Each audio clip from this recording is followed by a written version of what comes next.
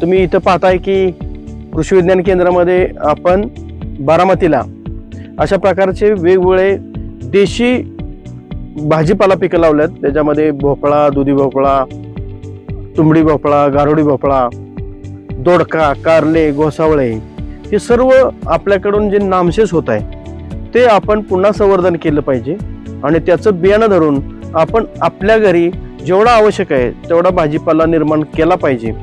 आणि त्या उद्देशाने आपण इथं वेगवेगळ्या प्रकारचे बियाणे, देशी बियाणे एकत्रित करून इथं एक प्रात्यक्षिक प्लॉट केलेला आहे की ज्याच्यामध्ये तुम्हाला टोमॅटोचे विविध 400 वाण, ज्याच्यामध्ये काळा टोमॅटो, पिवळा टोमॅटो, जांभळा टोमॅटो, लाल टोमॅटो असे वेगवेगळ्या प्रकारचे चेरी टोमॅटो हे पाहायला मिळतील.